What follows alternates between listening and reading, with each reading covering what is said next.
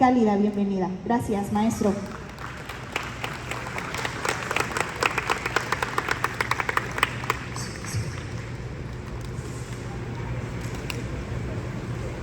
Buenas tardes, muchachos, o días, no sé qué sea todavía, días o tardes, bueno, lo que aplique, ¿verdad?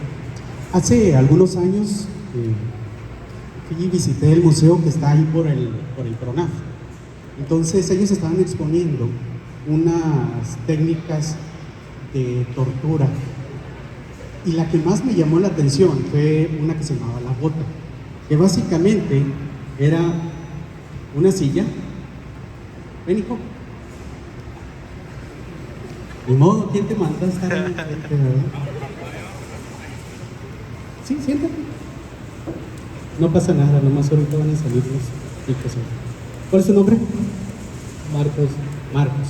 Era una silla y luego en esta parte de aquí tenía como un cinturón de piel. Entonces, ponte derecho, Marcos. Entonces lo que pasaba era que a la persona a la que se le iba a torturar, como ahorita a Marco, le ponían ese cinturón y se lo amarraban y desde arriba empezaba a caer una gota de agua. Entonces al principio pues no pasaba nada, ¿verdad?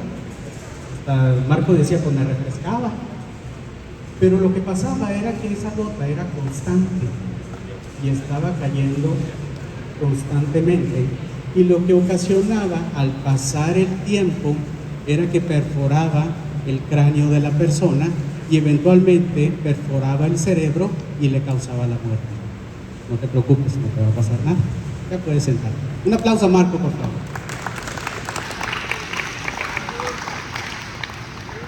Lo que me llamó la atención de ese método de tortura es que era uno de los más empleados porque causaba la mayor cantidad de dolor a la persona, aunque al principio pareciera que no. Pero otra cosa que me llamó la atención, y es por lo que escogí esa historia para esta plática, es acerca de la constancia que tienen las gotas de agua, porque lo importante en eso era que la gota de agua estuviera cayendo. Lo mismo sucede, por ejemplo, cuando una misma gota de agua la dejas que constantemente esté cayendo sobre una roca.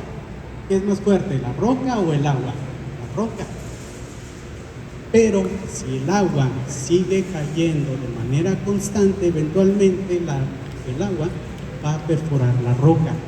Entonces, aquí la palabra es constancia. Otra cosa, pudiéramos explicar por qué algunas personas logran sus objetivos mientras otras no. Pudiéramos explicar por qué algunas compañías, ay, a alguien se le cayó la galleta.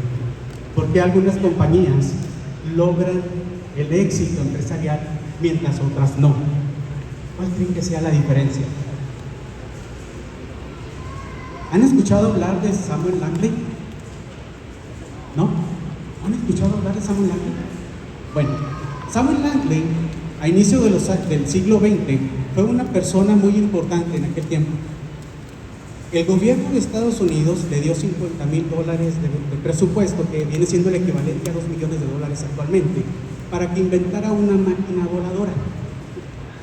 Esta persona fue el tercer director del grupo de museos smithsonianos, lo que le daba acceso a una gran cantidad de personas altamente preparadas para la misión que tenía puesta. Aparte de que contaba con el apoyo empresarial y contaba con el apoyo del gobierno. Y por si fuera poco, la prensa lo seguía a todos lados. Pero no sabemos nada de él. Por otro lado, a unos cientos de kilómetros de ahí, en Dayton, Ohio, estaba Orville y Wilbur Wright. ¿Han escuchado hablar de ellos? Orville y Wilbur Wright vivieron más o menos en la misma época que Langley, y tenían exactamente la misma misión: construir una máquina voladora. Solamente que ellos no tenían presupuesto. De hecho, ellos eran los dueños de un taller de bicicletas, y con las pocas ganancias que tenían de ese taller de bicicletas financiaban ese sueño que ellos estaban persiguiendo. No tenían acceso a personas preparadas, nadie de su equipo ni ellos tenían educación universitaria. Pues puede imaginarse la complejidad a la que se estaban enfrentando. La prensa no los seguía a ninguna parte. El gobierno tampoco los apoyaba, ni tenían contactos con el sector empresarial, ni contactos con el sector del gobierno. Pero ellos tenían una misión. Ellos querían cambiar el mundo. A diferencia de Langley, él quería la fama, la fortuna y quería ser el primero. Bueno, ¿qué sucedió con los hermanos Wright? El 17 de diciembre de 1903 lograron lo que jamás se pensó que se podía lograr: el primer vuelo tripulado por un ser humano sostenido. Y gracias a ellos tenemos los aviones actualmente. ¿Ya lo recordaron? Pero ¿cuál era la diferencia entre los hermanos Wright y Langley? La diferencia era que ellos perseguían un sueño, y ese sueño los motivaba, ese era su porqué. Era por lo que ellos se levantaban todos los días en la mañana. Ellos no buscaban ni la fama ni la fortuna, ellos buscaban transformar el mundo, y eso es lo que los motivaba continuamente para poder alcanzar sus objetivos. Y a eso nos trae a la palabra que tiene el tema de esta plática, que es la resiliencia. ¿Qué creen ustedes que sea resiliencia? No vean el cartel. ¿Qué creen ustedes que sea resiliencia?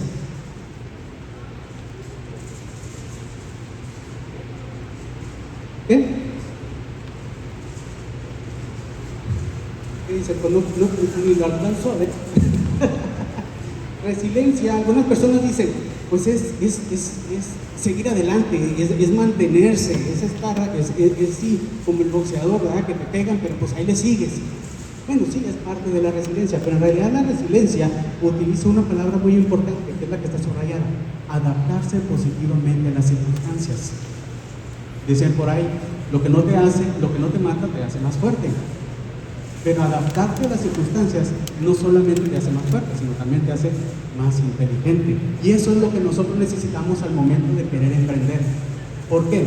Porque al momento de emprender nos vamos a enfrentar a un montón de cosas que no nos hemos enfrentado anteriormente. Y necesitamos poder adaptarnos a todas esas nuevas circunstancias para poder tener éxito. Uno de los retos a los que nos enfrentamos cuando queremos emprender es que 8 de cada 10 gatos prefieren whiskas. No, esa es otra estadística. No, 8 de cada 10 empresas van a fracasar antes de cumplir 5 años. 7 empresas de esas 8 no van a llegar a los 2 años. O sea, si tú quieres empezar ahorita tu negocio, tienes el 75% de probabilidades de que fracases. Y luego, el 80% de que no llegues a los 5 años. Esto significa que 8 de cada 10 empresas van a fracasar antes de cumplir 5 años. Y de las 2 empresas que quedaron, una no va a llegar a los 10 años. Entonces, en otras palabras, 9 de cada 10 empresas van a cerrar. Entonces, ¿por qué quiero emprender? ¿Recuerdan ahorita la experiencia de los hermanos Wright? Ellos estaban enfrentándose a toda la adversidad, no tenían presupuesto, no tenían ayuda, no tenían educación, pero sin embargo lograron su sueño, en comparación con quien sí lo tenía. Además de esto, cuando queremos emprender, sucede algo psicológicamente, sucede algo en nuestra mente. ¿Alguien vio esa película? Fragmentado. ¿Sí? Más o menos, ¿de qué se acuerda? Pues de las diferentes personalidades que tenía. Más de 23 personalidades tenía esa persona. Bueno, cuando nosotros queremos emprender, algo parecido sucede. No se preocupen, no se van a convertir en patricios. Pero algo parecido a eso sucede, porque 3 personalidades se van a empezar a desarrollar en nuestro interior. Y esas 3 personalidades son muy diferentes, pero también tienen algo en particular. Todas quieren tener el control. Y ninguna quiere tener jefe. Sin embargo, nosotros necesitamos a las 3. ¿Por qué? Miren, una de esas personalidades es la personalidad del emprendedor. La personalidad del emprendedor es aquella que está visionando, es aquella que está en el futuro, es aquella que quiere lograr algo. Yo quiero cambiar el mundo, yo quiero convertirme en el fabricante de pan más importante de mi colonia, después de Ciudad Juárez. yo quiero lograr desarrollar una aplicación que les facilite la vida al momento de hacer el examen, les pase las respuestas y que el profe se dé cuenta. Yo quiero desarrollar, no sé, algo con inteligencia artificial. Esa es la primera mentalidad, la del emprendedor. El problema es que esa mentalidad siempre se la pasa en el futuro, visionando, soñando. Es como cuando dicen, no, pues es que planeas mucho, pero no aterrizas nada. Si dejamos que esa personalidad tome el control de la situación y sea el que mande o el jefe de las tres, entonces nos la vamos a pasar en el futuro y no vamos a ejecutar absolutamente nada. La siguiente personalidad es la personalidad del gerente. ¿Cuál creen ustedes que sea la particularidad de esa personalidad? ¿Perdón? Liderazgo, muy bien. ¿Qué otra?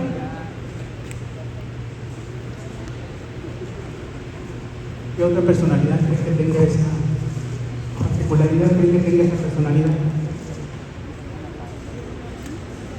¿Qué es lo que generalmente hacen los gerentes? La organización. Esa personalidad es la que se la pasa organizando, controlando, escribiendo los procedimientos, los controles para que el negocio funcione. El problema es que si dejamos que esa personalidad tome el control, nos va a dar lo que los psicólogos dicen que es la parálisis por el análisis. Vamos a querer tener todo tan bien controlado que no vamos a hacer nada.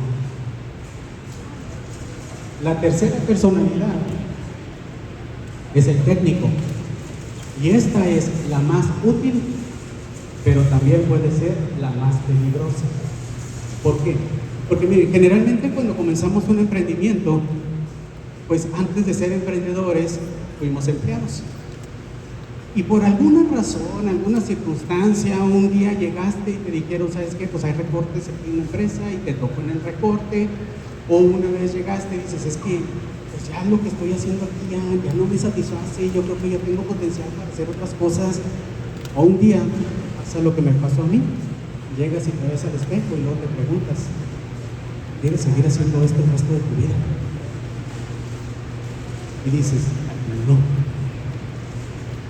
Entonces comienzas tu proyecto, pero pasas de ser empleado a ser tu propio jefe. Y aquí las cosas cambian totalmente, porque cuando eres empleado había alguien más que te decía lo que había que hacer, ¿sí o no? Había alguien más que te daba el rumbo. Estaba tu jefe que te decía, necesitas terminar esto para esta fecha. Pero ahora ya no existe eso. Ahora tú eres el jefe. Decía un amigo, bueno, ahora con mi trabajo hasta el café tengo que comprar yo. Y antes pues el café me lo daban allí, ahora no. Entonces, ¿qué es lo que pasa con esta personalidad del técnico? La personalidad del técnico es la que hace el trabajo. Es, por decir algo, el empleado. Es el que ejecuta el trabajo. El problema es que si dejamos que esa personalidad tome el control, entonces nos la vamos a pasar, sí, muy ocupados todo el santo día. Pero corremos el riesgo de confundir movimiento con progreso. Imagínense aquí un equipo que está jugando baloncesto y luego tenemos a uno que se la pasa corriendo de una cancha a otra, pasa corriendo de un lugar a otro, pero ni le pasan el balón, ni bloquea, ni agarra rebotes, ni nada. Físicamente, ¿cómo va a terminar ese muchacho cuando acabe el partido? No, pues cansado. Cansado. Tenía un amigo que cuando salíamos de trabajo me decía, Saúl, es que yo sé que trabajo mucho, porque salgo bien cansado, pero no siento que avance. Entonces, ¿de qué le sirve a él estar corriendo? De nada, pero se la pasa ocupado. Lo vemos, está corriendo. Bueno, cuando esta personalidad toma el control, corremos el riesgo de que nos pase exactamente lo mismo. Queremos estar haciendo muchas cosas y vamos a buscar cosas para mantenernos ocupados, pero no necesariamente va a ser lo que el negocio necesita para seguir prosperando. Entonces, ¿cómo es que podemos mantener el control de todo esto? Haciendo que estos tres de aquí se lleven bien. Necesitamos al emprendedor para que que nos marque el rumbo, nos marque hacia dónde tenemos que llegar.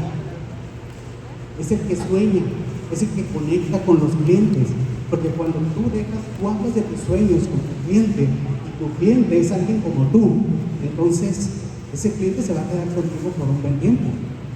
Necesitamos a esa persona para que nuestro negocio tenga forma, para que sepa cómo vamos a estar en 3 años, en 5 años. Necesitamos al gerente para que ponga los procesos y los procedimientos para poder lograr ese sueño que queremos alcanzar. Y necesitamos al técnico para que haga la chamba. Alguien tiene que trabajar de los 3, ¿verdad? Pero el asunto es que los 3 están en ti. Y tú necesitas mantenerlos en control. Aparte de esto, recordamos que las estadísticas dicen que cuántas empresas van a quedarse en el camino antes de cumplir 5 años. ¿Cuántas? 9 de cada 10 no llegan a los 10 años, pero 8 de cada 10 no llegan ni a los 5 años. Entonces, ¿cómo podemos emprender y tal vez, solo tal vez, no morir en el intento? Una de las cosas que me di cuenta al momento de empezar mi emprendimiento es que me daba miedo hablar en público. Entonces, si quieres ser expositor, si quieres ser conferencista y te da miedo hablar en público, pues ahora sí, ¿cómo le vamos a hacer, verdad? Y tienes que estudiar, tienes que aprender. Algo de lo que el emprendedor necesita hacer es seguir estudiando. Es un estudiante continuo, porque necesita aprender nuevas técnicas que están relacionadas con su negocio. Necesita aprender acerca de su negocio.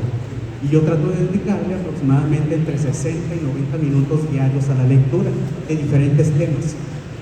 Y entre eso, pude recopilar 3 cosas de 3 libros que me permitieron ahorita poder realizar esta plática.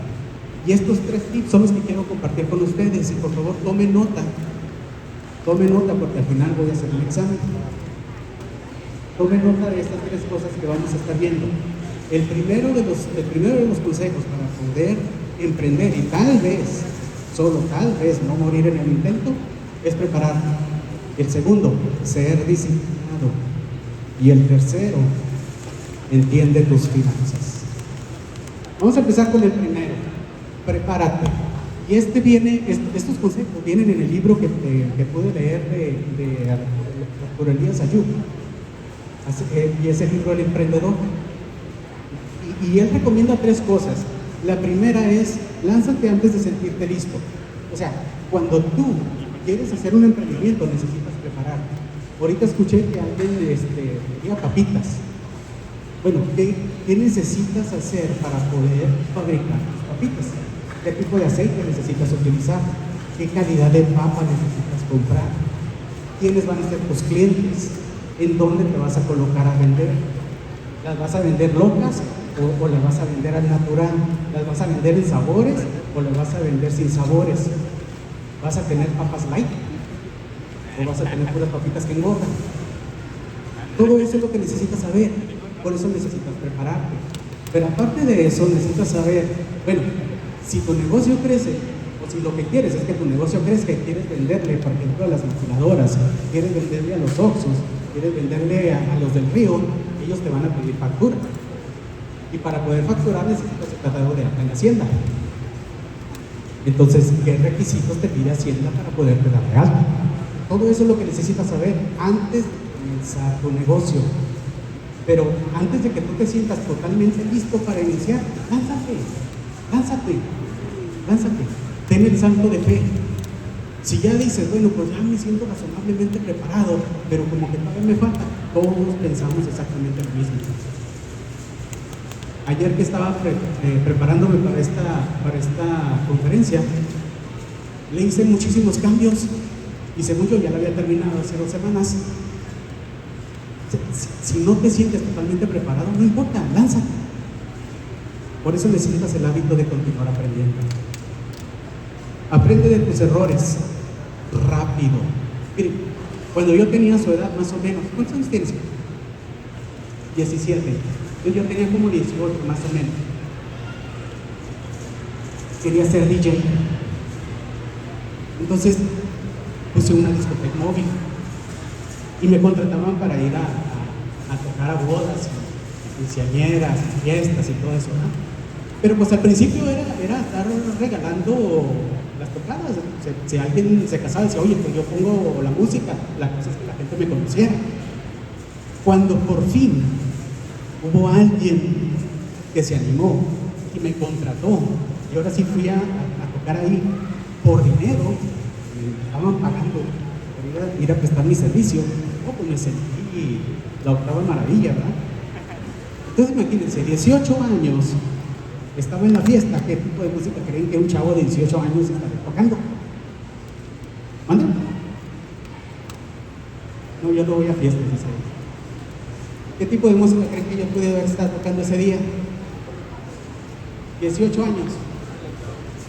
No, ni existía reggaetón. Bendito sea Dios que no había reggaetón entonces. Música electrónica.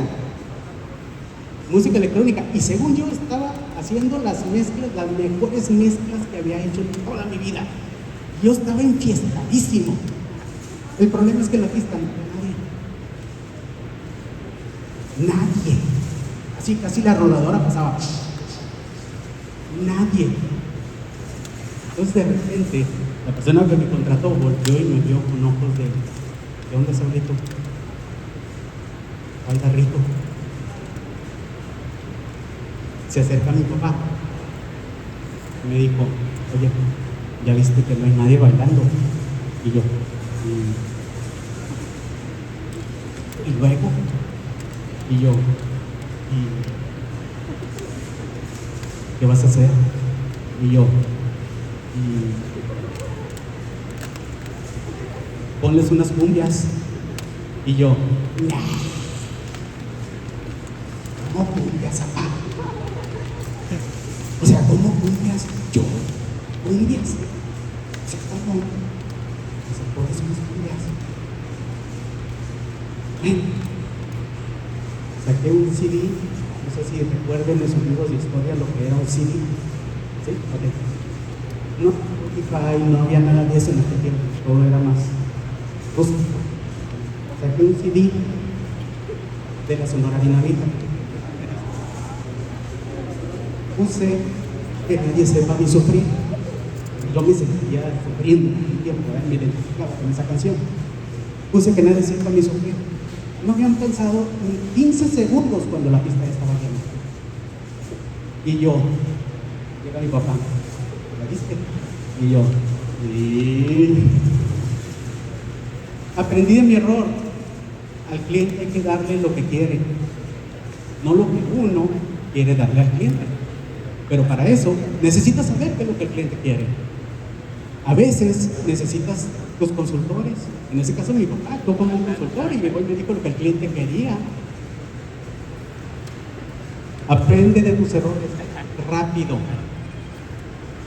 y escucha al cliente, no al ego. Si yo me hubiera, como dicen las abuelas, montado en mi macho y seguía con mi música electrónica, el anfitrión me hubiera dicho, ¿sabes qué? Hasta aquí le dejamos, muchas gracias por participar y ahí nos vemos. Pero no, escuché al cliente y aunque a mí no me gustaban las cumbias, vieron que desde ese entonces me encantaban. Porque me dijo que mucha gente es lo que quería bailar. Y ahora, algo más que aprendí, cuando iba a los lugares a tocar, visualizaba qué tipo de personas estaba. Y si la mayoría de la gente eran más o menos entre 35 o más, empezaba con cumbias. Si había mucho de gorro, pues empezaba con los tigres del norte, los canes de Tijuana.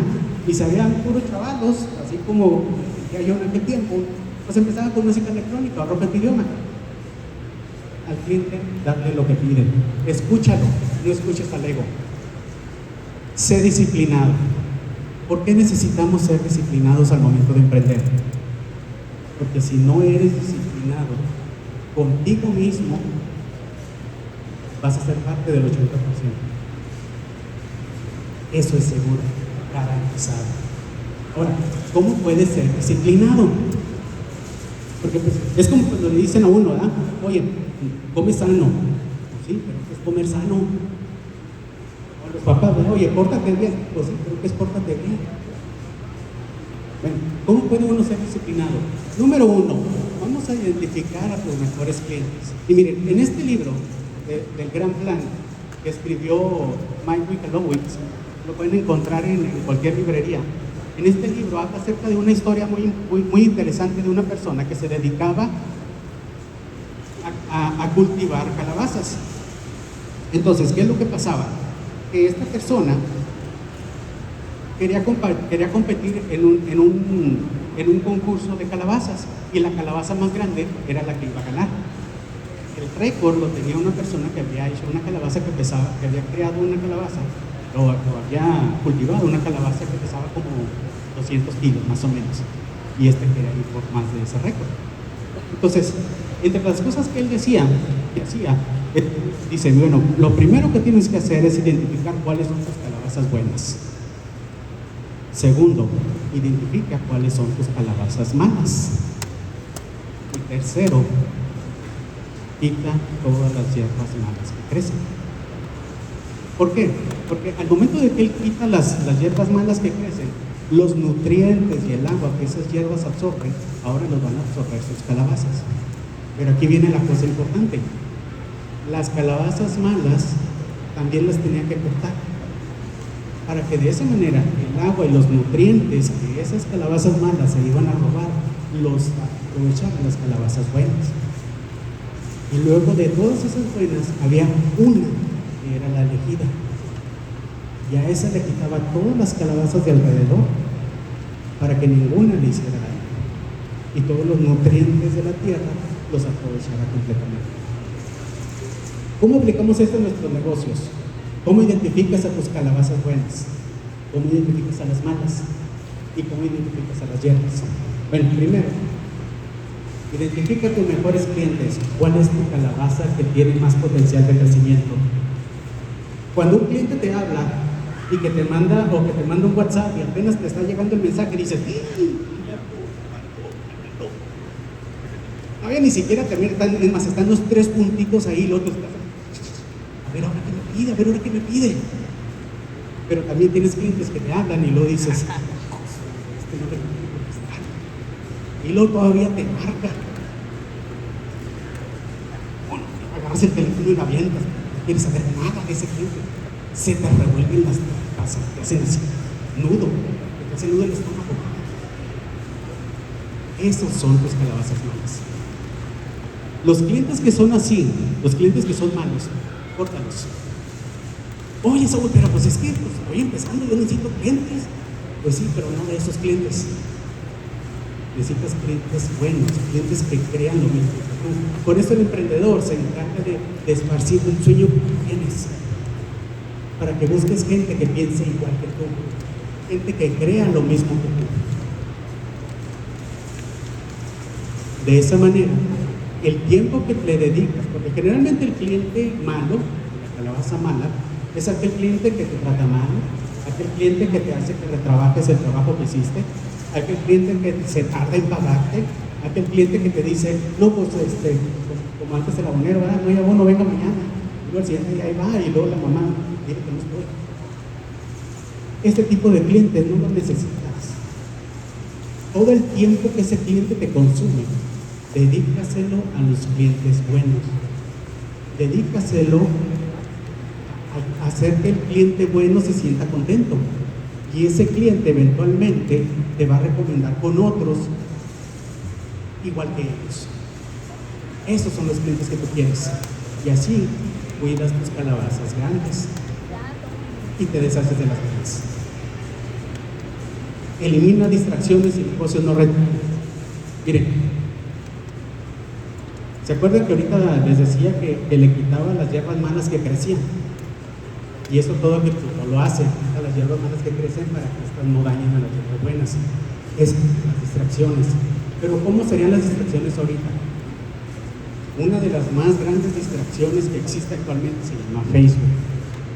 Otra de las más grandes distracciones que existe ahorita se llama Instagram. Otra de las más grandes distracciones que existen ahorita se llama TikTok. La tecnología, cuando la usamos como sirviente, como alguien que trabaja para nosotros, es excelente. Y lo veíamos ahorita en una de las exposiciones. Puedes llegar a una gran cantidad de personas con el mínimo esfuerzo. Puedes promocionar tu negocio.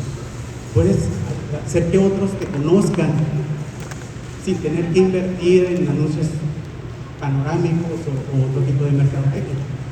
El problema es cuando te sientas y luego de repente ya estás ahí haciendo scrolling al teléfono y pasan gatitos bailando y luego pasan ahí otros haciendo, pues, quién sabe qué estarán haciendo, ¿verdad? Y luego ya cuando menos cuenta te das, ya pasaron 2 horas. ¿Les ha pasado eso?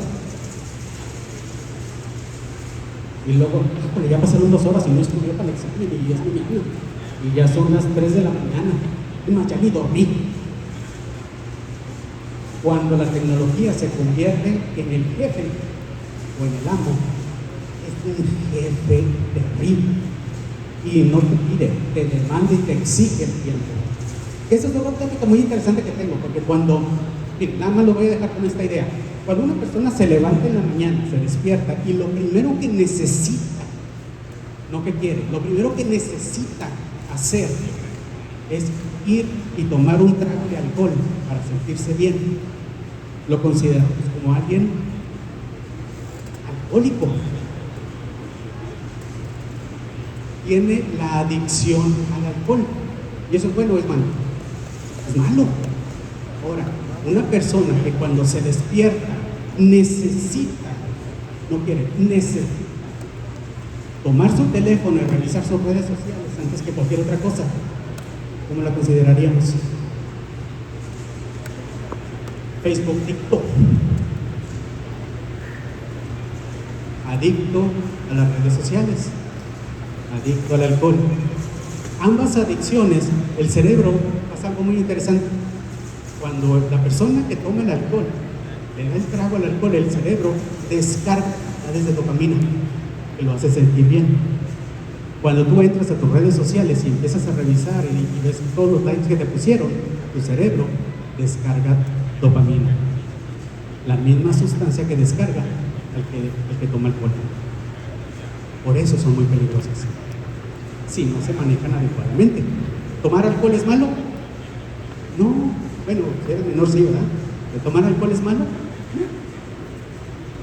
El exceso es lo que es malo. Las redes sociales no son malas. Dedicarle tiempo en exceso es lo que es malo. Tercer punto, entiende tus finanzas. Y miren, a lo mejor ustedes se acuerdan que a lo mejor de su mamá les llegó a platicar de esto, no sé, algún pariente ya más o menos que anda pasando el 5.º piso o más arriba. Las abuelitas de antes tenían por costumbre que cuando la abuelita llegaba y le daba el dinero, entonces la abuelita separaba el dinero en distintos sobres.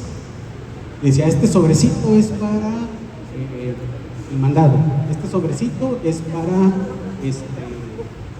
no sé, la escuela de los muchachos, este sobrecito es para en caso de que alguien se me enferme, este sobrecito es para pagar los recibos y este sobrecito de aquí es por si algo no sucede, por un imprevisto. Bueno, la idea que transmite el mismo autor en el libro La Ganancia es exactamente la misma. Cuando nosotros vamos a trabajar, una de las cosas que le pedimos a nuestros patrones es que nos paguen bien. ¿Cierto o falso? Al trabajador hay que pagarle lo justo, la justa remuneración por el trabajo que realiza. Y luego, si ese es un buen empleado, decimos, pues con más razón, hay que cuidarlo, se nos va a ir. Cuando tú empiezas tu emprendimiento, ¿quién es el jefe? Tú. Y si es una empresa de una sola persona, ¿quién es el empleado? Tú. Entonces necesitas pagarte bien. Y una de las cosas que él recomienda es que cuando te paguen, lo primero que tienes que hacer es apartar una partecita de tu dinero y colocarla en una cuenta bancaria que se va a llamar ganancias. Y luego esa cuenta bancaria que te van a dar una tarjeta de débito, haz trocitos la tarjeta de débito y tírala para que no saques el dinero de ahí. ¿Alguien vio una película de Hugh Jackman que salía en un circo? The Greatest Showman, ¿cómo se llamaba? ¿Alguien la vio? Sí. Salió él y luego salió otro muchacho, ¿cómo se llamaba? Bueno, salió otro. Ya se me fue el nombre del muchacho. Bueno, hubo una parte que me gustó mucho en donde Hugh Jackman se le quema el circo. Entonces va y le dice a todos que se le quemó el circo y que va a tener que pedir un préstamo para poderlo recuperar. Entonces llega este otro que trabajaba con él y le dice, no, dice, yo te presto el dinero. Y le dice, pero pues ¿tú de dónde tienes dinero? De todo lo que me pagabas le apartaba el 10%. De esa manera tenía lo suficiente para prestarle para que pueda al circo. Entonces, si tú haces esto y de lo que te pagan sacas una parte y lo dejas para ganancias y te olvidas de él, ahí vas a tener un dinerito guardado. Hay una fórmula que nos enseñan de que la ganancia es igual a los ingresos menos los gastos. Y es muy cierto, y es la fórmula tradicional que se aplica a los negocios. De todo lo que te pagan, le quitas tus gastos y luego lo que te queda es lo que quieras repartir porque es la ganancia. Pero a veces pasa de que te pagan y luego ya luego de que pagas todo, caray, pues ya no me quedó nada. Y luego te pago tu recompensa por todo el trabajo que hiciste, no te queda. Por eso es que este autor recomienda que ahora la fórmula que debes de seguir es ingresos menos ganancia igual a gastos. Para que a tus ingresos le quites lo que tú quieres ganar y luego te forces a que cumplas tus gastos con el dinero que te queda. También recomienda abrir 4 cuentas. Una para depositar tu ganancia, otra para depositar tus impuestos. Sí, tenemos que pagar impuestos. Otra para las operaciones del negocio, lo que necesitas para que tu negocio siga funcionando. Y una cuarta para la compensación del empleado, más importante, que en este caso eres tú, o la compensación del dueño.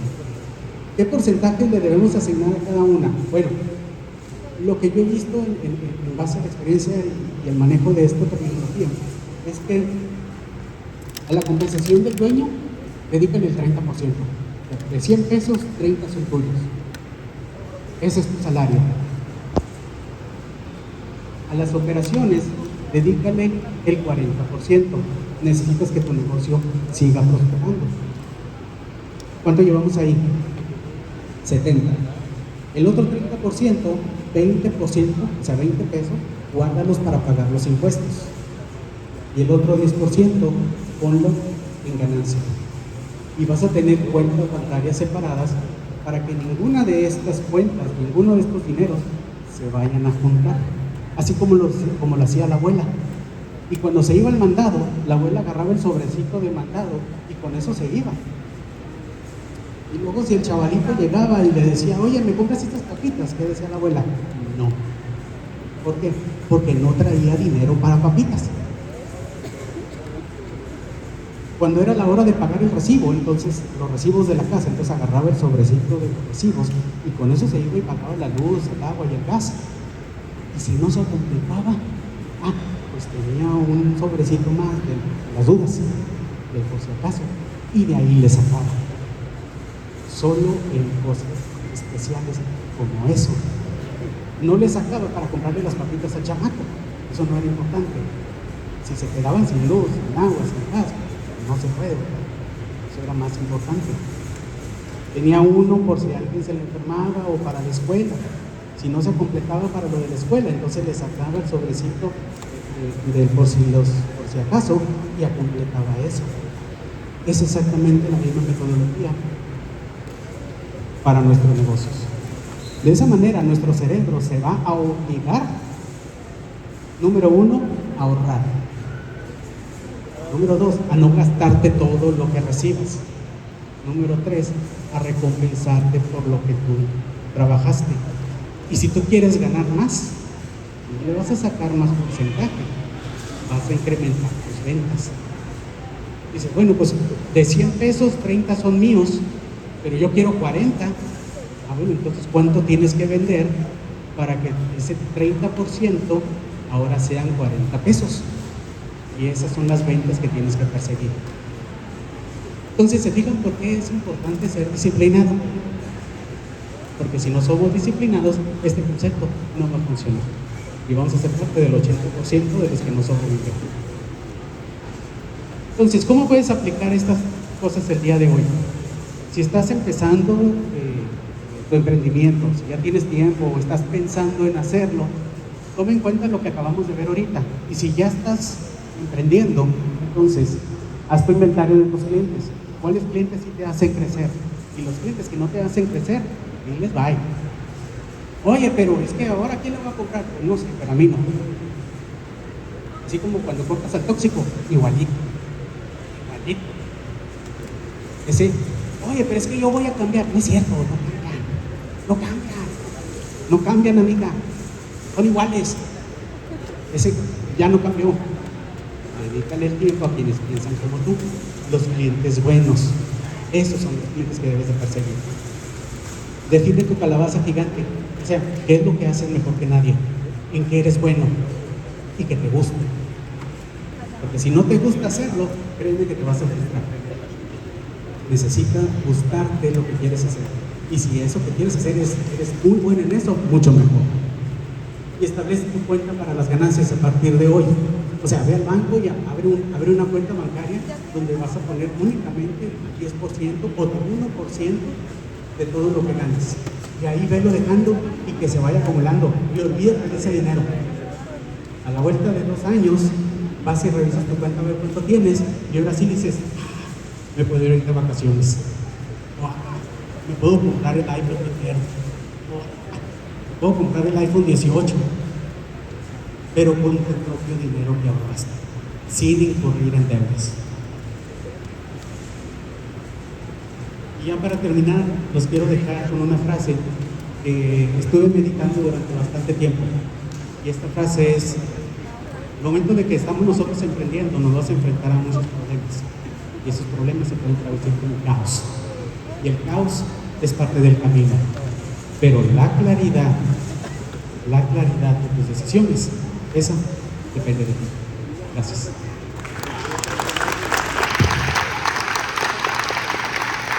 Muchas gracias al maestro.